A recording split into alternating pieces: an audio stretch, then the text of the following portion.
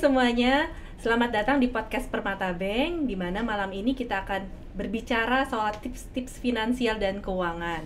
Sebelumnya mungkin podcastnya ditemani oleh 3 cowok ganteng. Kali ini saya Bianca dari Mortgage Permata Bank, ditemani oleh 2 wanita cantik dan smart. Ada Mbak Alia Natasha sebagai financial planner, dan ada Mbak Kade Arini sebagai traveler, blogger, dan content creator. Nah teman-teman, kita hari ini akan menemani teman-teman yang mungkin dalam perjalanan pulang kantor, atau mungkin yang mau pergi ke tempat hangout, atau mungkin juga yang masih lembur nih di kantor. Karena Jumat ya. Iya, Jumat ya malam kan? Ya biasanya ngabisin waktu di jalan atau ngabisin biar nggak lembur weekendnya ya. Iya. Nah makanya kita hari ini akan membagi informasi-informasi seputar keuangan kepada teman-teman semuanya. Nah hari ini saya mau tanya dulu nih kepada Mbak Kade, kira-kira saya itu suka melihat Instagramnya Mbak Ade, bener-bener luar biasa loh. Waduh, terima kasih. Bisa menampilkan sisi-sisi indah dari kota maupun negeri yang tempat Mbak Kade kunjungi. Selain itu saya juga suka stylenya Mbak Kade. Makasih. Boleh nih kira-kira bagi tips dan trik kira-kira bagaimana sih kita traveling dengan kece? Aduh. Wah itu penting banget tuh, gimana bawaan ringan tapi dandan harus maksimal. Instagramable ya sekarang ya kan geng milenial ya. Sebenarnya aku termasuk yang simple sih. Jadi sesuaikan aja pakaiannya. Kalau misalkan travelingnya saat winter, pastinya mau nggak mau kita harus bawa jaket tebal ya. Kalau misalkan travelingnya pas summer, ya berarti banyak bawa baju renang. Mungkin kan nggak mungkin kita berenang di pantai pakai jaket tebal kan. Iya. Terus mungkin itu pertama kalau dari segi pakaian. Kemudian mungkin pakai baju yang warna-warni supaya kayak kelihatannya tuh kan fun gitu. Terus kalau di foto pun menyala gitu ya. Kan, ceria gitu. Oh liburan nih, on vacation nih gitu. Gitu sih kalau dari aku. Jadi moodnya juga jadi kebawa. Kalau jalan-jalan tuh happy gitu kalau dari aku. Nah kalau misalkan untuk budget travelingnya sendiri boleh tahu Mbak, sekali pergi itu berapa? Semua tergantung. Jadi aku juga selalu bilang ke teman-teman Instagram gitu, followers, kalau misalkan traveling itu nggak harus mahal ya. Jadi tergantung budget kamu mau nentuin mau medium kah atau mau low budget, backpackeran atau mau luxury, itu bisa gitu asal di set di awal. Jadi memang maunya di mana nih, mau yang luxury gitu kan, berarti ngumpulinnya kan berarti kan pisahin uangnya beda tuh, hotelnya beda. Berarti kalau mau yang luxury travel, kalau mau yang budget traveling berarti lebih murah untuk dari sisi akomodasi. Ngumpulin uangnya pun nggak sebanyak kalau luxury travel. Jadi itu pentingnya tuh untuk milih mau di mana dulu nih travelnya, kelasnya gitu. Jadi dari situ pun kalau kita udah tahu kelasnya, kita tuh bisa pilih akomodasinya. Jadi sesuai budget semuanya gitu loh, nggak melenceng karena kan kita tahu mau di mana. Jadi segmentasi dulu baru ngikutin budgetnya ya. Betul. Jadi kita sisihin uangnya sesuai dengan budgetnya itu gitu sih kalau dari aku. Memang harus sisihkan dulu ya Mbak ya buat nabung ya. Kalau enggak ya gimana mau pergi traveling ya? Iya, kadang orang kayak aku pengen kayak Mbak Kade, pengen kayak ini, tapi cuma ngomong doang gitu. Enggak mulai. Sering gitu terjadi loh. Di kota-kota besar ya Kak ya. Padahal kan kalau misalnya kita nyisin setiap bulan kalau emang pengen banget, itu mimpi kamu untuk pergi ke misalkan ya ke Jepang atau kemana, ke Labuan Bajo gitu, harusnya ayo kita mulai sisihin dari sekarang gitu. Oke. Nah mungkin tadi untuk menyisihkan, kira-kira boleh tanya nih ke Mbak Alia sebagai financial planner, gimana sih kita nih yang hobi-hobi traveling bisa nyisihkan uang untuk jalan-jalan? Nah, kalau ngomongin personal finance, itu sebenarnya balik lagi ke personal habit sama mindsetnya kita sebelum kita ngatur-ngatur budget. Karena teori tentang budget itu selalu ada, apapun hitungannya. Ada 70, 30, 10, ada 60, 20, teorinya selalu ada. Tapi yang kurang di kita itu adalah mindset. Nah, susahnya mengatur mindset milenial ini, kita kan ada di generasi yang melalui transisi digital yang sangat tinggi. Exposure ke informasi, exposure ke hal-hal yang indah, ataupun ke experience ini tiba-tiba berkembang. Jadi banyak tatanan antara baby boomer sama transisi ke generasi milenial nih masih suka konflik lah gitu. Kadang mungkin orang tua kita tidak terlalu mengerti betapa pentingnya experience itu. Nah, mindset yang harus kita bentuk adalah, aku setuju banget tuh dengan Kadek, kayak if it's this your dream gitu, you should make come true. Nah, gimana tuh cara prioritasinnya? Cara prioritasinnya, kalau yang namanya uang, kita tahu uang itu adalah tools untuk mewujudkan cita-cita, ya kan? Nah, gimana caranya kita menyisihkan di awal, baru kita kompromi dengan sisanya, sisa gaji kita. Jadi apapun yang saat ini sedang menjadi financial goals kamu, disisihkan bukan disisakan. Oke. Jadi tadi kan Kadek juga bilang gitu, iya, lo harus tahu nih, tentuin dulu segmennya mau seperti apa, travelingnya, budgetnya seberapa, dan sisihkan setiap bulan, bukan dari sisanya. Kalau sisaan ya berarti bukan prioritas. Sama aja kamu menyisihkan perasaan kamu ya untuk pasangannya masing-masing, bukan dari sisaan biasanya.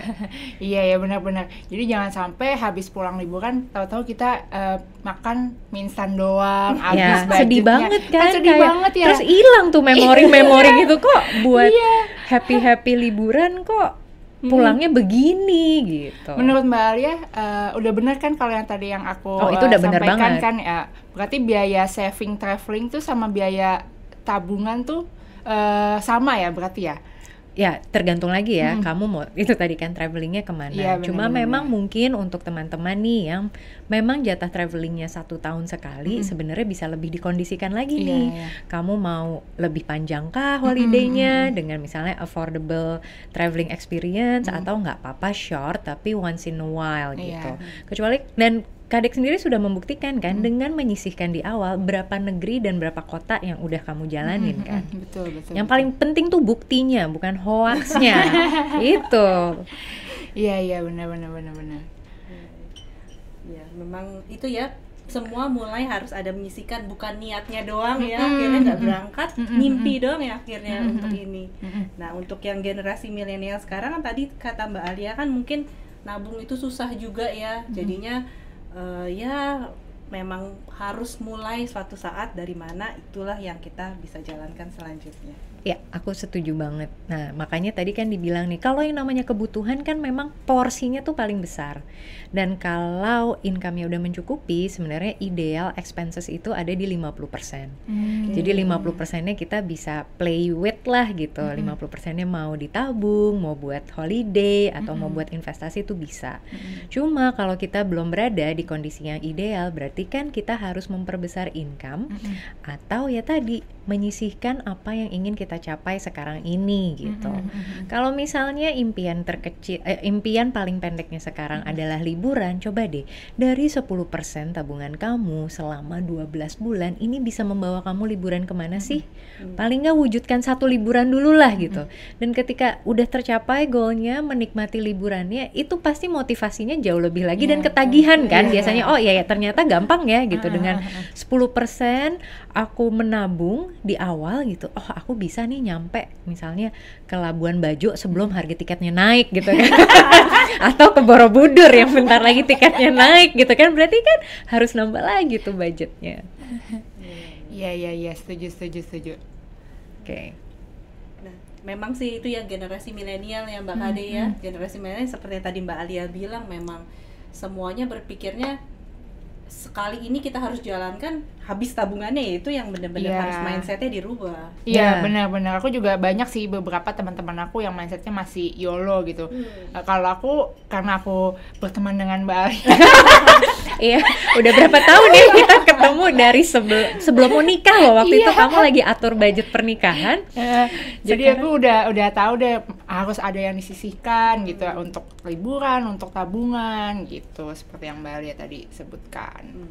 Oke. Jadi memang pos-posnya ada tabungan, ada traveling, ada dana darurat juga kali ya Mbak Alia ya. Iya, benar nih. Sebenarnya yang aku mau ingetin nih ke teman-teman Permata Bank juga nih ya, kalau kita hidup itu kan ada past, present, sama future. Dan itu sama halnya dengan uang yang kita punya nih gitu.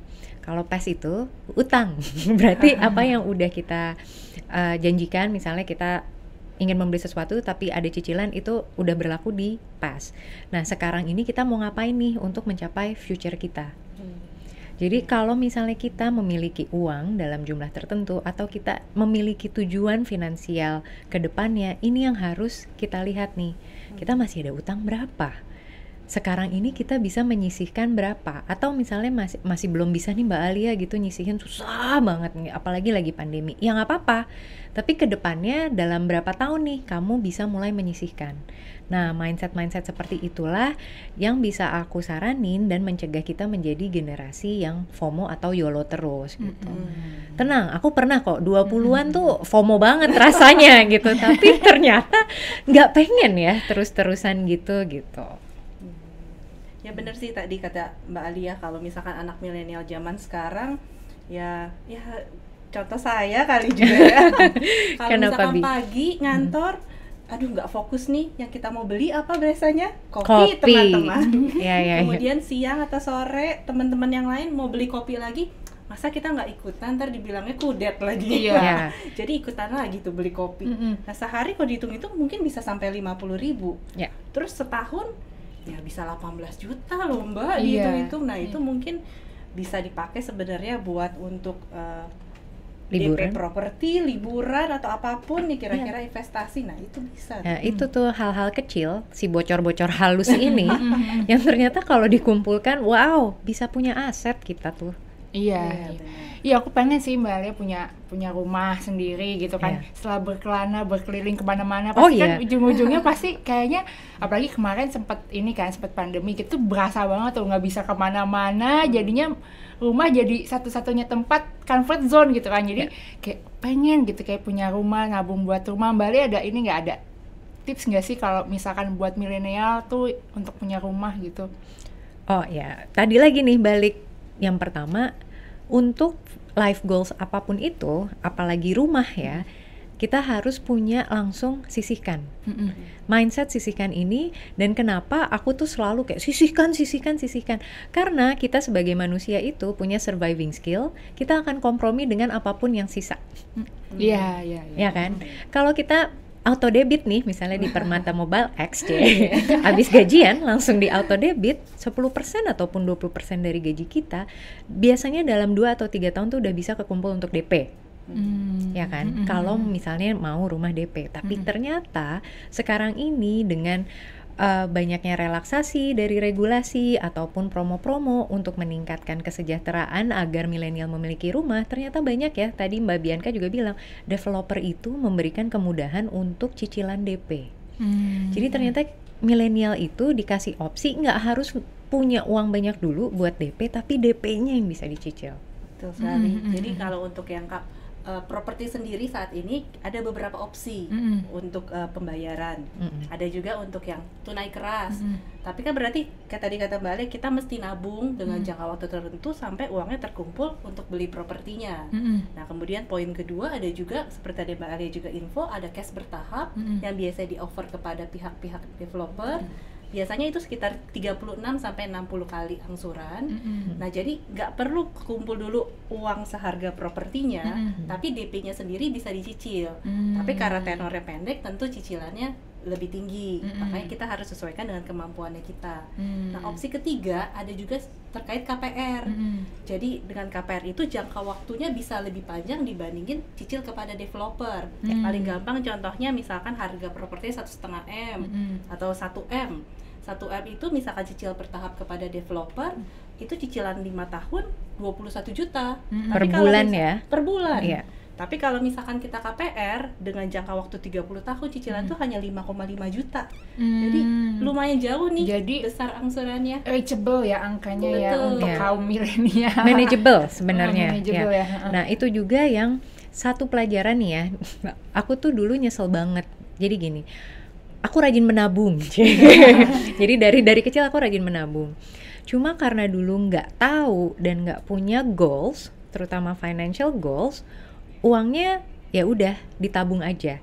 Ngerasa safe memang punya tabungan, tapi satu hal yang aku lewatkan itu adalah kita nggak pernah tahu kapan kenaikan harga properti itu berlangsung. Jadi aku sedikit cerita nih ya.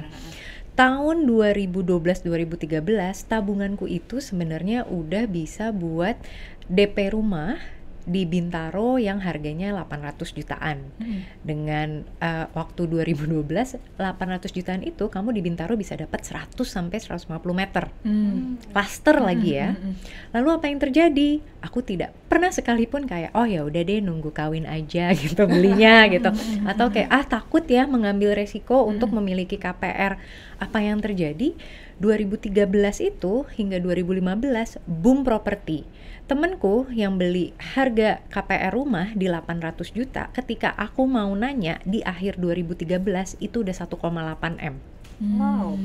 So ada kenaikan 1 M dalam 1,5 tahun yang kita nggak sangka-sangka. Jadi di sini aku juga ingin mengencourage buat teman-teman untuk satu, punya financial goals yang lebih besar. Yang kedua, hitung dan berani ambil resiko. Karena kita nggak pernah bisa mengantisipasi kenaikan harga tersebut gitu. Apalagi setahu aku, misalnya nih, oh iya ya aku udah beli tanah, cuma bangunnya nanti aja gitu. Apa yang terjadi tahun ini? Harga bangunannya naik berapa ratus% gitu. Iya. Jadi memang ada baiknya kalau kita sudah merasa siap, atau ya siap nggak siap sih, yang penting budgetnya ada nih, dan berani berkomitmen untuk menyegerakan punya aset. Gitu sih. Iya. Mbak Lia, aku kan sebenarnya udah ngikutin nih, udah nyisihin nih untuk membeli properti gitu. Tapi aku sebenarnya mau nanya nih, mumpung lagi bahas KPR nih, ada Mbak Bianca. Iya, makanya. Aku kan freelancer ya. Nah, ada tips nggak sih Mbak supaya di approve tuh KPR-nya? Karena kan kalau KPR kan katanya harus dilihat pekerjaannya, harus settle supaya ininya nanti di approve gitu. Kalau untuk freelancer gimana Mbak? Kalau untuk di Permata KPR sendiri, kita memiliki berbagai macam program dan produk. Nah, untuk freelancer sendiri, selama bisa membuktikan penghasilan secara tetap, selama contoh misalkan kontrak-kontrak atau endorsan yang dilakukan oleh Mbak Kade, nah itu masih bisa kita pertimbangkan. Oh, itu berarti di ini aja ya, attachment aja ya. Ini nih misalkan dalam setahun tuh bisa segini penghasilannya, dan kontrak-kontraknya dilampirkan aja gitu ya, bisa ya. Oh, oke. Berarti kalau misalkan kan banyak yang mungkin kayak graphic designer gitu kan, mereka bercabang gitu pekerjaannya. By project biasanya ya. Iya, by project, berarti itu dilampirkan aja invoice-nya gitu-gitunya ya. Oke, untuk dipertimbangkan. Oke. Nah, aku tambahin nih, selain sebagai pejuang invoice, selain harus melampirkan invoice tersebut, nah kita juga harus punya namanya mutasi rekening, atau disebutnya koran apa? Rekening koran, maaf lupa. Nah, jadi dari situ kita tahu nih bagaimana sih perkembangan income kita, ketahanan cash flow, dan kalau itu terekam dengan baik dan kita memiliki kondisi kesehatan mutasi baik yang keluar ataupun masuk itu terjaga dengan baik, bank itu nggak segan-segan untuk memberikan kredit. Jadi kalau bisa gitu memang kita udah punya relationship sama bank. Jadi bank itu memiliki akses sebenarnya ke bank manapun untuk melihat transaksi finansial kamu. Tapi yang harus dicatat, kalau kamu nyimpen uang kamu di bawah bantal ataupun yang tahu hanya kamu dan suami. Karena ketika bank memberikan kredit, mereka memberikan kepercayaannya. Dan mereka juga harus tahu nih, oh ya orang ini seperti apa ya. Dan like it or not, believe it or not, transaksi kamu finansial yang tercatat, mutasi nih, keluar masuk, merchant apapun, itu mereka bisa melihat karakter dari seorang debitur. Ya. Ini orang, gajinya tiap bulan cuma sisa 100.000, terus minta KPR, ya tebak aja sendiri akan di-approve apa enggak. Oh gitu. Berarti itu jadi ini ya, jadi pertimbangan. Yes. I see. Yes. Juga lihat dari slick checking. Ya. Jadi, kalau misalkan nasabahnya mau kredit kemudian bayar angsuran 10 juta mengajukan ke bank, tapi bayar kartu kredit aja dia masih nyicil. Oh, yang minimum. Iya. Padahal kartu kredit bunganya tinggi kan. Jadi itu menjadi pertimbangan dari bank juga untuk memberikan kredit kepada debitur. Oke. Dan setahu aku sebenarnya kita sebagai nasabah misalnya ingin nih bank nih pengen gagalin aja gitu proses KPR-nya. Nah, tadi kan Mbak Bianca bilang kita tuh sebenarnya bisa melakukan independence checking. Memang ada bayarannya dan melalui sistem SLIK, sistem layan Slick ya. Oke. Berarti mending KPR ya. Kalau misalkan kan tadi Mbak Lia bilang waktu tuh kan soalnya nggak bisa di ini ya, waktu nggak bisa diganti kembali gitu. Jadi mendingan mumpung sekarang ada niatnya, terus dananya cukup, terus ajukan KPR gitu. Jadi masih manageable ya. Kayak kebayang lah milenial untuk punya rumah di masa-masa sekarang gitu. Iya. Ada kan ya brosurnya ya? Ada. Nanti aku lihat ya. Boleh, nanti bisa langsung kunjungin ke website Permata Bank atau mungkin juga cek Instagramnya Permata Bank. Di situ banyak tips-tips keuangan. Tapi kalau produknya Permata KPR sendiri sangat banyak. Ada untuk Permata KPR Mi, di mana Permata KPR Mi itu cocok nih Bedanya untuk apa usia tuh? milenial. Bisa DP hingga 0% di developer tertentu, Oh. jangka waktu kredit sampai dengan 30 tahun. Oh, wow, lama banget ya. Betul, makanya Berarti- usia muda bukan menjadi halangan untuk memiliki properti dengan Permata KPR Mi. Oke.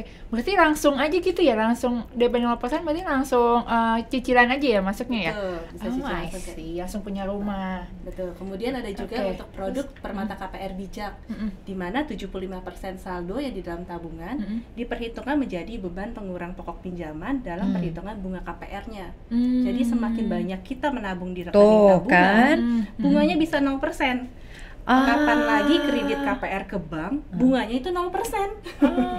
Itu Oke. nice banget Itu ya. nice banget. Semakin semangat ya, Dek, cari endorsan ya, cari endorsan. Oke. Langsung transfer ke dalam rekeningnya tersebut. Kemudian ada juga Permata KPR Keluarga, di mana biasanya nih keluarga kita udah punya rekening Permata. Nah, KPR-nya itu bisa menyambungkan sampai dengan 5 rekening dan mendapatkan poin untuk diperhitungkan sebagai beban pengurang bunga KPR-nya. Jadi Oke. keluarga yang nabung kita bisa merasakan Kita bisa manfaatnya. memaksimalkan manfaatnya ya. Betul. Oke. Keluarga dalam kakak ya berarti ya? Iya, betul. Suami, istri gitu kan ya. Oke. Jadi semakin banyak savingnya boleh tuh. Iya. Oh, oke. Itu aja 3 berarti tadi. Kemudian ada lagi. Oh, Oh, masih ada. banyak ya. Nggak habis-habis. Disesuaikan ya. Betul, kita ada Permata KPR cicilan tetap, di mana kan kadang-kadang orang takut tuh fluktuasi suku bunga sekarang membuat khawatir cicilannya naik terus. Iya, benar-benar. Dengan Permata KPR cicilan tetap nggak perlu khawatir, cicilannya terus tetap tidak terpengaruh oleh fluktuasi. Jadi Nah, flat. ini nih enak Betul. banget nih. Coba berapa bunganya? Bunganya itu sekitar 9,35% saat ini. Oke. Nah, ini aku sedikit cerita nih ya, menambahkan. Setelah aku tidak mendapatkan si rumah itu, yang tadi ini masih berlanjut kan jadi, wah, harus nambah dong. Harus nambah budget untuk DP, terus harus nambah waktu untuk menabung lagi karena tidak menyegerakan. Dan satu, ternyata suku bunga itu kan berubah-berubah ya. Dan aku mendapatkan suku bunga itu di era suku bunga tinggi. Jadi suku bunga yang aku bayarkan waktu itu hampir 11%. Fix 3 tahun. Setelah itu floating menjadi 13,5%. Bisa dibayangkan? Nah, makanya kalau kamu tahu sekarang suku bunga yang ada di Indonesia ini kan sebenarnya terbilang dalam kondisi suku bunga rendah. Kalau kita beneran langsung ngunci nih, fixed rate, itu udah enak banget. Jadi ini salah satu pengalaman yang bisa aku ceritakan gitu ya. Ada baiknya kamu menyegerakan, ada baiknya kamu menikmati sekarang era suku bunga rendah untuk segera memiliki KPR. Ya, betul sekali. Karena sekarang itu banyak insentif PPR, ada juga promo-promo menarik dari pengembang ataupun lainnya, dan suku bunga saat ini juga paling kompetitif. Ya, itu cakep banget sih, 9,75 30 tahun. Ya, 30 tahun kan? Itu untuk yang Permata KPR cicilan tetap. Iya. Dan toh ketika nanti one day kita memiliki income yang terus menaik, bisa juga melakukan pelunasan kan. Betul. Jadi tidak usah terlalu khawatir dengan aduh bunganya nih gede banget gitu. Ya justru kita harus mencari banyak endorsan ya untuk segera melunasi gitu.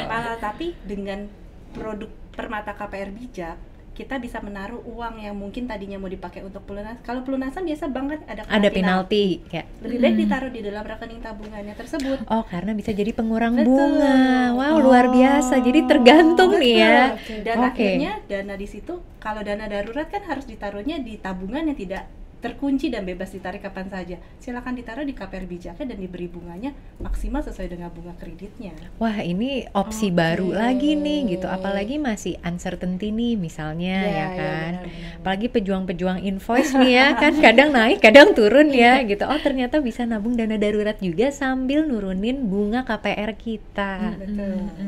Jadi banyak produk-produk Permata yang tadi bisa Mbak Kade cek di websitenya Permata Bank. Itu sangat-sangat menarik. Coba menurut Kadek nih, ada nggak sih alasan kamu sebagai milenial untuk segera punya rumah? Kalau alasan, kalau aku sih karena rumah itu mau nggak mau kan sampai tua harus ada ya, maksudnya kita mau pulang kemana gitu kalau nggak ada rumah. Aku sih pikirnya kalau misalkan aku nggak punya rumah dari sekarang gitu, semakin tua belum tentu pekerjaan semakin bagus gitu kan. Nanti takutnya malah nggak tahu, namanya umur kan, malah entah capek atau nggak bisa ngambil kerjaan yang banyak, jadinya pemasukannya berkurang, sedangkan harga rumahnya naik gitu, nggak punya rumah, bingung sewa sana sewa sini, keluar sana keluar sini. Nah, aku tuh nggak mau ada di fase itu. Jadi mendingan saat masih muda, masih bisa cari uang, produktif, kenapa nggak disettle dari sekarang. Jadi ntar pas tua udah tinggal jalan-jalan. Sambil sekarang pun juga bisa jalan-jalan. Iya sih, benar-benar. Tapi aku mau nanya nih Mbak, ke Mbak Alia sih, kan KPR itu kan berarti kan cicilan per bulan ya? Iya. Nah, ada nggak sih berapa persen gitu dari gaji ya yang disisihkan? Maksudnya takutnya gini, kadang kita pengen rumah yang instagramable yang bagus gitu kan, tapi gajinya misalkan ya UMR gitu kan, atau ya di atas UMR, tapi pengennya rumahnya yang minimalis bagus gitu. Tapi jadinya mepet gaji sama cicilannya gitu kan. Apalagi kemarin tuh yang waktu zaman pandemi tuh kan ada berita-berita kayak cicilannya terlalu mepet sama gajinya gitu. Nah, ada nggak sih kayak misalkan gaji 7 juta berarti beli rumahnya yang 1 M aja gitu, atau cicilannya berarti jangan lebih dari 30% penghasilan, kayak gitu-gitunya tuh Mbak Alia. Nah mungkin balik lagi nih ya, yang pertama tuh kalau misalnya itu kita tentukan berapa budget bulanan yang mampu kita sisihkan. Idealnya itu tidak lebih dari 30%. Kenapa? Sebagai milenial yang baru membangun keluarga, biasanya income kita juga baru kebangun Kak. Belum stabil gitu. Kita masih mendaki nih pelan-pelan untuk membangun income. Jadi kalau ditanya dengan gaji 7 juta, maksimum tuh 30%. Tapi kalau maksa banget 50%. Tadi aku bilang, karena kebutuhan udah 50%. Cuma aku sih tetap ya di era sekarang ini dengan banyaknya kebutuhan sebagai keluarga baru gitu, jangan memaksakan segala sesuatu. Jadi kalau sekarang masih kerasa 50% buat cicilan DP-nya, aku bilang sih tunggu dulu. Tunggu sampai ke 30%. Kenapa? Karena uang itu ketika kamu membangun keluarga, membangun karir, membangun income, itu sangat sensitif. Sangat sensitif dan bisa merusak kemana-mana ya gitu. Bisa merusak ke konsentrasi kerjaan, bisa merusak ke pasangan gitu. Wait a little while sampai kita bisa ke 30% itu. Nah, urusan masalah rumah itu tergantung berapa kekuatan DP kamu. Karena ini berbeda ya. Tadi kan aku bilang cicilan itu dari income bulanan. Kalau DP ternyata udah kekumpul atau misalnya dapat jackpot ditombokin gitu sama mertua atau orang tua gitu kan, we never know gitu. Tapi kamu ingat dulu nih cicilannya kamu sanggup di mana. Gitu. Toh ketika nanti misalnya, nah setelah itu baru nih kita melihat setelah 3 atau 5 tahun biasanya kelihatan tuh hilalnya income tuh kemana. Barulah kamu bisa punya another house yang mungkin lebih instagramable. Karena aku setuju banget dengan memiliki rumah pertama, misalnya belum terlalu instagramable, itu selalu bisa di touch up Beb. Selama financially kamu ke upgrade, rumah kamu bisa ke touch up. Jadi no worries gitu, you just have to wait gitu aja sih Dek. Nah aku inget nih dulu tuh sebenarnya pertama kali nikah aku tuh KPA. Ada KPA nggak sih? Ada apartemen. Nah ada apartemen kan, itu juga mungkin bisa menjadi opsi sebelum kita shifting ke rumah. Karena aku sebagai salah satu followers beratnya Kadek ya, aku ngikutin semuanya tuh dari dia sebelum nikah, terus dia pindah ke apartemen, sampai dia waktu itu nulis di storiesnya kayak one day cita-citaku adalah memiliki tanah 200 meter. Wow. Bener kan? Iya kan? Followers sejati nih berarti. Iya, aku punya photographic memory somehow ya. Jadi ya nggak apa-apa, mulai dari mana yang kamu bisa. Even apartemen itu dulu rasanya kayak berdua mini gitu, mesra sih gitu. Dan akhirnya ya jujur sih dulu ketika si sulung lahir gitu, kayaknya butuh space yang lebih besar. Belum punya rumah, ya udah nggak apa-apa, boleh nggak gitu tinggal di rumah mertua. Dan itu menjadi opsi juga selama tinggal di sana, kita bisa nabung. Iya benar. Dan benar sekarang banget. kalau misalnya kalian masih tinggal di rumah mertua, nabungnya di Permata ya, karena bisa buat diperhitungkan sebagai bunga gitu. Iya benar-benar. Tapi ngomong-ngomong si tagline-nya tadi, yang apa tagline-nya Mbak ulang? Punya rumah sendiri lebih indah daripada rumah mertua. Benar, lebih indah sih, karena jadi kayak kalau apa jadi keluarga seutuhnya gitu. Kadang kan kalau misalkan ada orang lain tuh ada interrupt gitu loh. Kalau misalkan Ya. sama suami sama istri kan benar-benar keluarga itu ya tentang suami dan istri gitu. Jadi terus lebih enak juga untuk menata rumahnya, kayak seru Bebas, gitu. ya. Seru kayak beli furniture bareng berdua gitu, kayak main games gitu kan. Kayak main rumah-rumahan ya. Iya, Iya. jadi lebih mandiri juga. Kita sebagai remaja jadi mau nggak mau belajar untuk dewasa gitu kan, karena harus memutuskan semuanya sendiri kan, kayak bayar listrik. Dulu kan kita nggak ngerti kan, orang tua Terima yang jadi. bayar ini. Ternyata menjadi dewasa tuh Iya, itu urusannya panjang ya. bayar pajak. Kita tahu kita sudah dewasa kalau mulai membayar tagihan. Iya, benar Iya, banget. kayak gitu. Jadi itu kelihatan bedanya banget sih ketika udah punya properti pertama, itu kelihatan banget bedanya, harus bayar ini, bayar itu, bayar pajak, bayar ini, bayar gitu. Itu baru berasa ketika sudah tinggal Bersama berpisah dari orang orang tua. Karena kalau sama orang tua kan ya udah terima jadi gitu. Jadi aku kalau boleh ngulang, dulu kan aku berarti umur pas nikah ya baru keluar dari orang tua kan umur 28. Aku kalau boleh ngulang sih, begitu aku pertama kali kerja, aku maunya tinggal sendiri tuh biar dewasa duluan biar gitu. lebih ke push gitu ya, ke Lebih pressure ke-push, gitu. kayak oh ternyata banyak ya menjadi dewasa itu yang kudu dibayar gitu, kayak banyak banget ternyata gitu, dan baru tahu ya tuh telat gitu. Ya, dan kebayang kan tadi kan kamu sendiri bilang gitu, ketika keluar dari rumah ada transisi tuh untuk bayar-bayar tagihan. Di sini aku ingetin lagi, ketika kita memaksakan sesuatu yang beyond, di luar budget kita, itu akan bikin kehidupan jauh lebih susah. Jadi gimana caranya kita bisa tahu kondisi dan menerima secara realistis nih batas kemampuan kita untuk mulai mengambil KPR. Karena itu kayak ini kesalahan aku juga dulu gitu kan. Setelah melewati boom properti, setelah harga ini naik, adalah persiapan biaya-biaya yang harus dibayarkan untuk bertransaksi KPR. Betul sekali. Apa aja biayanya, Bu Bianca? Kalau KPR sendiri kita harus siapkan biaya provisi 1% dari plafon kredit, Ya. administrasi 0,1%, kemudian biaya asuransi jiwa. Makanya semakin lama ngambil kredit, biaya asuransi jiwanya tentu makin mahal. Jadi makanya harus disegerakan juga nih. Iya. Kemudian ada asuransi kebakaran, sesuai dengan properti yang kita ambil, luas bangunannya, dan ada biaya notaris. Ya. Cuma pajak masih ada relaksasi nggak ya di tahun ini? Pajak untuk pembelian dari Rumah developer pertama ya? ada. Oke.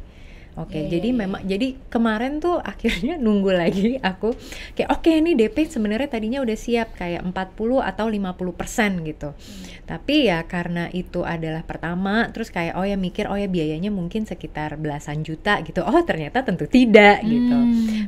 Biaya itu tergantung dengan nilai transaksi dari rumah yang ingin kita beli. Kayak untuk biaya notaris atau pajak itu tergantung nilai transaksi. Tapi kalau biaya-biaya yang tadi disebutkan di bank gitu 1% dari biaya kredit. Jadi ada perbedaan. Jadi makanya ketika waktu itu oke, ya kita turunin dikit deh DP-nya kita karena sebagian memang harus dialokasikan untuk biaya-biaya tersebut. Kalau misalkan mengambil KPR-nya di Permata Bank, nggak perlu khawatir juga. Biaya-biaya KPR-nya tersebut bisa dicicil 12 bulan 0%. Wow, aku kemana aja selama ini? Jadi harusnya ngambil KPR-nya di Permata Bank. Wah, itu memudahkan banget loh. Jadi dananya yang tadi mungkin jadinya mau beli rumah luasnya 200, jadi kan harus turun ke 150. Kalau dengan biayanya itu mungkin bisa tetap belinya di 200. Dan oke, ini baru banget nih aku tahu kalau ternyata kita bisa mencicil biaya-biaya tersebut. It's a very nice. Ini loh, nah kayak gini nih yang namanya millennials tuh harus terupdate dengan informasi dan ilmu-ilmu kayak gini gitu. Kalau nggak kayak aku tadi gitu kan kayak baru tahu ya kalau kita nyelam langsung gitu kan, Iya, kayak mau iya, beli baru gitu, tahu. baru belajar gitu. Tapi ternyata abis ngobrol, abis sharing isu aku kemarin jadi nurunin nilai DP, ternyata Permata punya solusinya nih. Iya. Itu kalau misalkan kayak aku kan kemarin itu sempat mempertimbangkan ya untuk beli rumah baru atau rumah second ya gitu kan. Karena aku kemarin tuh pertimbanganku tuh kalau rumah baru sekarang kan tanahnya kecil-kecil ya. Ya 95, paling gede ya 120 lah ya. Yes. Sedangkan aku kan punya dream home tuh pengennya tuh yang belakangnya 200 tuh meter. taman. Belakangnya taman gede gitu. Jadi rumahnya kecil aja, rumahnya kecil tapi tamannya gede gitu. Pengennya tanahnya yang gede. Jadi sempet nyari-nyari tuh rumah-rumah second, apakah nanti rumah tua ntar dihancurin kita beli gitu kan. Kalau misalkan rumah second bisa pakai KPR Permata juga. Bisa. Kalau Bisa, rumah ya? second berbeda dengan rumah baru, kita harus appraisal nilai agunannya tersebut. Mm-mm. Karena kan kalau untuk pembelian properti dari developer, Mm-mm. bank mengikuti harga sesuai dengan surat pesanan. Tapi kalau misalkan untuk rumah second, kita harus menilai agunannya tersebut.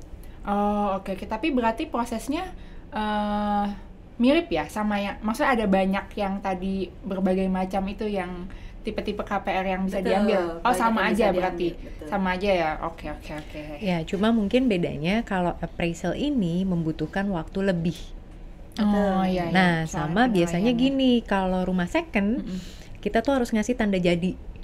Sebagai bukti kayak ini komitmen aku beli, tolong direservasi sebentar karena kita mau ngajuin KPR.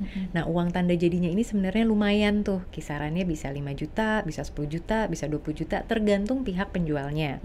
Tapi ini adalah bentuk itikat baik kita, memang kita niat nih membeli rumah itu. Toh nanti uang tanda jadi ini kalau kita jadi bertransaksi akan dibalikin. Oh. Cuma ada beberapa klausul nih gitu. Kalau ternyata kita tidak jadi beli, bisa angus atau dibalikin 50-50 sebagai ganti dia telah mereserve ini nih buat kamu selama masa appraisal itu. Oke, berarti kalau kayak gitu aku nanya ya, mumpung ada orang bank nih. Sekalian konsul ya. Itu berarti kan berarti ada yang punya rumah nih. Berarti itu pihak bank ngebayarin dulu ya ke yang punya rumah gitu atau gimana? Betul, saat gitu ya? nanti AJB, kita sekalian tanda tangan akad kredit, uang KPR-nya itu akan ditransfer langsung ke pihak penjual yang namanya sesuai di sertifikat. Oh, begitu. Ya, tapi Oke. sertifikatnya akan disimpan oleh bank. Betul. Oh, I see. Jadi hanya lihat sertifikatnya, nanti setelah itu belum lunas baru lihat kopinya aja.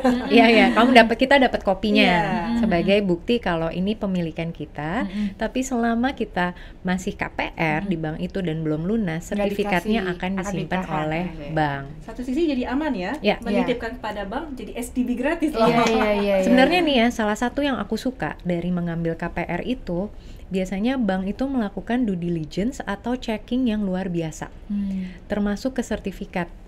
Karena banyak beberapa yang sertifikatnya harus yang asli yang gitu Yes. kan ya, udah pasti asli gitu kan. yes, dan biasanya memang melakukan due diligence itu karena sangat detail, itu jauh lebih aman buat kita sebagai debiturnya.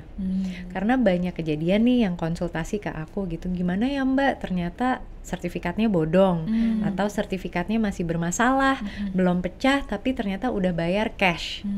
Nah, hal-hal seperti inilah yang sebenarnya bisa dicek oleh bank. Bank tidak akan memberikan kredit, itu sebenarnya justru melindungi kamu. Jadi ada hal-hal yang kayak, ini bank nih rese banget sih, kadang kan kok nggak ngasih gini. Kadang ada hal-hal yang justru sebenarnya ini menjadi perlindungan untuk finansial kita sendiri. Betul banget. Sih, oke.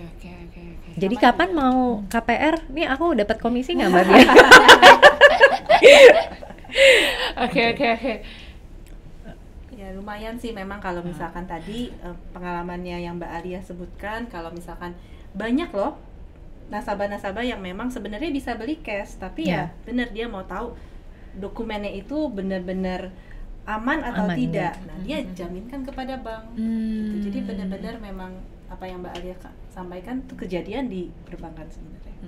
Oke, aku mau ada pertanyaan lagi nih ke Mbak Alia sih. Oke. Kan kalau kita kan nyicil rumah nih KPR nih, kan udah punya nih rumahnya kan. Iya. Terus kan kita harus ngisi dalamnya juga tuh. Nah, barang-barang itu nggak murah loh. Iya. Elektronik, Oh, sofa, enggak, tempat tentu tidur itu tidak, loh. tentu tidak kakak. Itu ada tips gak sih buat kayak sambil nyicil rumahnya, sambil nyicil isinya tuh gimana ya supaya kayak kebagi mungkin, atau gak usah buru-buru kali ya, gak usah langsung perfect gitu kali ya Mbak Alia ya. Kalau dulu sih aku memang membaginya 2 chapter.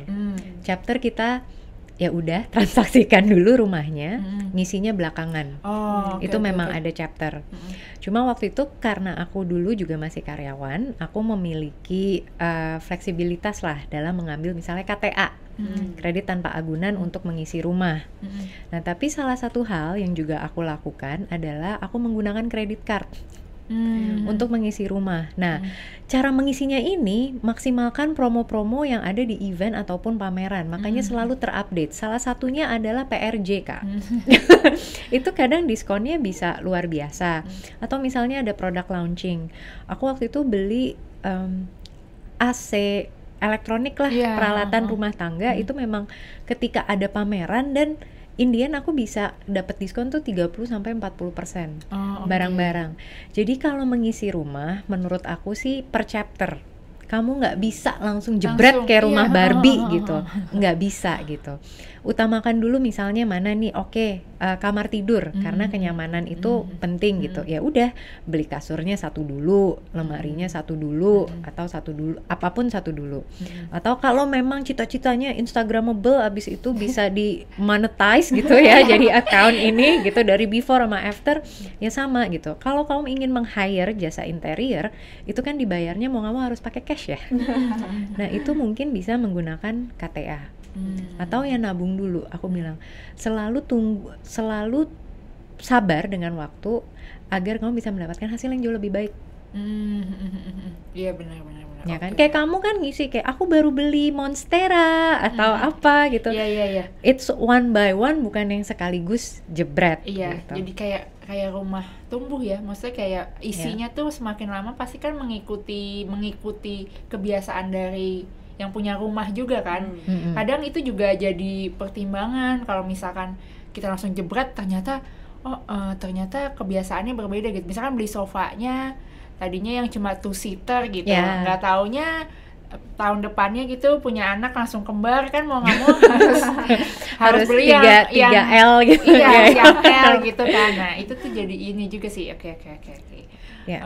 Dan nggak usah takut kan, sebenarnya juga sekarang pre-love furniture yang masih dalam kondisi baik tuh it's okay.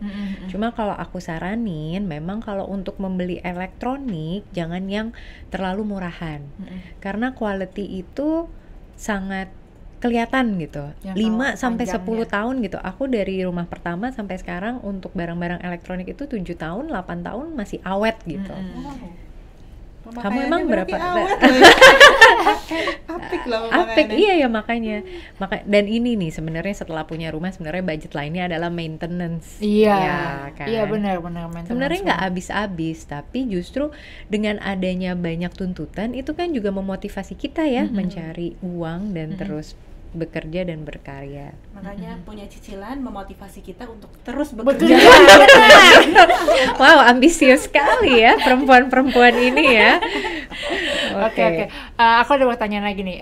Kemarin itu kan di Instagram sih ya, aku lihat-lihatnya itu lagi ngebahas katanya mendingan dengan harga rumah yang sekarang yang wow gitu untuk kaum milenial, katanya mendingan sekarang mah sewa aja, nggak usah beli rumah, maksudnya nggak masuk akal gitu katanya harga rumah, jadi mendingan sewa aja. Menurut Mbak Alia gimana tuh? Kalau aku sih tim beli ya tetap ya. Aku tim beli. Cuman kan sekarang dipisahkan tuh, ada tim sewa rumah, ada tim ngontrak rumah, ada tim beli gitu.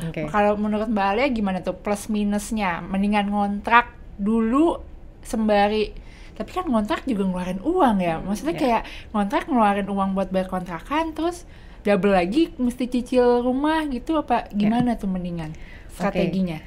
Strateginya sebenarnya kalau aku memiliki uang, aku setuju dengan Kadek untuk membeli walaupun harus pakai jalur KPR. Kenapa?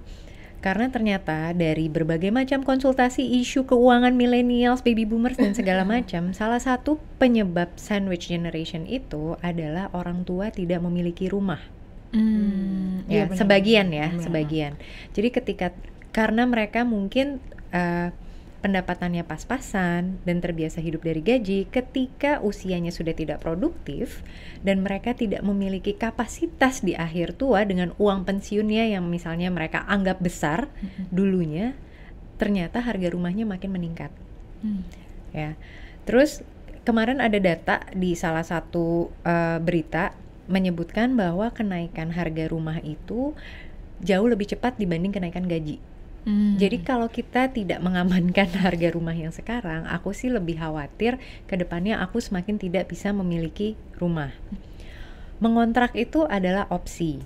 Opsi untuk memiliki otonomi sendiri untuk kalian yang udah berumah tangga. Ya. Karena kalau ngontrak sendiri sih gue juga males ya, gue mendingan ngekos gitu. Kalau misalnya kayak hidup sendiri single gitu, aku akan pilih kosan gitu. Nah, sambil mengontrak ini, kita tetap bisa dong untuk mengumpulkan DP dengan menabung dan segala macam. Kenapa sih hitung-hitungannya nih nggak masuk akal antara punya rumah ataupun ini? Nah, kalau ditanya kenapa masih kekeh sih Mbak Al beli gitu, aku mau mengamankan hari pensiunku. Iya benar. Aku pengen punya rumah, di rumah itu aku punya banyak kenangan yang aku share sama suamiku, anak-anakku, atau nanti cucu-cucuku. Dan disitulah keluarga aku bisa bertumbuh, itu rumah. Tapi kalau aku harus pindah-pindah dan semakin tua, itu melelahkan aja sih. Kecuali aku Sofia Lacuba ya, yang katanya senang pindah-pindah gitu ya. Aku sih ngontrak kalau kata Sofia Lacuba. Tapi kan kita bukan Sofia Lacuba ya Kak ya. Paling nggak memiliki rumah itu mengamankan kesejahteraan kita ketika pensiun. Karena kita nggak tahu gitu. Dulu harga rumah 200 juta kebeli 200-300 meter. Sekarang 200-300 meter 5M Kak. Itu aja udah bukan di pusat kota ya sis ya. Udah kota Jakarta coret. Iya Jakarta. Iya. Ke arah BSD, ke arah Alam Sutra gitu 200-300 meter udah 10M. Iya. Makin nggak kebeli. Padahal itu udah bukan di Jakarta gitu.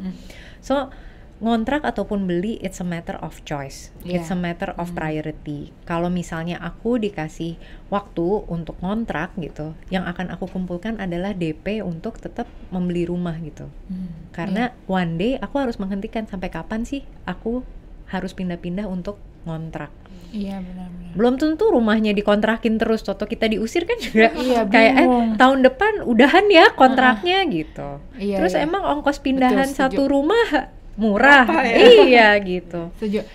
Idealnya umur berapa sih menurut Mbak Lia untuk mulai kayak DP rumah gitu kayak? Kalau udah ada budgetnya, aku tidak. Even kamu muda gitu, 21 kayak 23, emang kita melihat ya Gen Z ataupun millennials yang mungkin sudah memiliki income yang luar biasa, segerakan. Karena you will never know. Jadi jangan pernah meng-underestimate the power of very young gitu. Justru dimaksimalkan gitu. While very young, berapa aset nih yang bisa gue kumpulin? Iya. Setiap tahun properti naik terus ya Mbak ya. Ini dari tadi Kadek tuh nanya sebenarnya asetnya sih udah banyak. Dia humble aja gitu. Hitung mau nambah lagi kira-kira Yang mana ya? Kemarin kayak yang di Bali nih udah, yang Jakarta udah. Pulau apa lagi ya yang ingin aku KPR-in gitu. Mau depan pantai rumah belum? Ya belum, tetanggaan ya nanti ya, kita bikin klaster sendiri, cicilnya di Permata ya Dek ya. Oke. Ini kan buat info ke teman-teman Instagram juga kan, mungkin banyak yang belum familiar gitu dengan pembahasan KPR, karena aku pun juga baru belajar itu ketika baru mau milih-milih memutuskan untuk punya rumah gitu, baru nyari-nyari tuh ini lunas atau KPR atau apa gimana ya gitu-gitu. Kayak itu sangat-sangat, apalagi untuk kalau late 20 mungkin udah lumayan tahu ya. Pikir gitu ya. Iya, mulai berpikir. Cuman kayak usia 25, 26 gitu mereka belum kepikiran tuh sama sekali. Ya kayak aku waktu itu yang aku bilang, tapi yang ada aku melewatkan golden opportunity gitu. Makanya harus follow Instagramnya Permata Permata Bank. ada ya Iya, iya. infonya di Ada. sana ya. Tips soal KPR atau Oh, finansial oke. lainnya. Jadi milenial punya rumah tuh mungkin ya. Mungkin zaman banget. sekarang. Ingat, rumah sendiri tetap lebih indah Lebih indah dibanding mertua. rumah mertua. Iya. Iya. Oke. Jangan lupa juga di Instagramnya Permata Bank banyak kuis-kuis yang menarik loh, yang hadiahnya sampai jutaan rupiah. Oh, Wow, sambil oke. baca informasi bisa dapat hadiah ya. Aku Nah. suka nih yang sambil-sambil gini nih ya. Iya. Sambil menyelam minum air itu. Siapa tahu waktunya gede kan. Iya. Dapat hadiah bisa buat DP Kecil. rumah ya. Bocoran aja nih, akhir bulan atau awal bulan depan ada hadiah logam emas Oh, dari hadiah kuis Permata Bank itu. semua diupdate di Instagram Permata Bank ya. Betul. Pokoknya ya. Oke, setiap bulan tuh ada ini ya. Setiap bulan pasti Setiap ada. bulan pasti ada. Oke deh. Jadi bisa punya rumah, bisa punya emas. Sekarang baru Mas ganteng doang kan ya. Ya. Oke. Oke. Iya. Ya makanya sebelum kita tutup acaranya ngobrolnya santai tapi serius nih, enak banget nih, berbagi ilmu dan banyak manfaatnya tentu untuk kita semua. Saya mau ngingatin juga ke teman-teman semua ya, jangan lupa untuk mendapatkan tips-tips keuangannya, follow Instagram, Facebook dan Twitternya Permata Bank yang banyak juga kuisnya hingga jutaan rupiah. Makanya jangan lupa follow ya, ajak juga teman, kakak, tetangga semua untuk follow. Oke. Dan kalau misalkan teman-teman ketinggalan nih untuk acara podcast kita malam hari ini, bisa ikut di Spotify akun Permata Bank yang tentunya banyak podcast-podcast yang menarik tentang tips-tips keuangan. Sebelumnya saya ucapkan terima kasih untuk Mbak Alia, untuk Mbak Kade, Terima kasih. Ya, untuk thank teman you. ngobrol serunya hari ini. Oke. Thank you, saya Bianca, pamit undur diri. Selamat malam. Malam.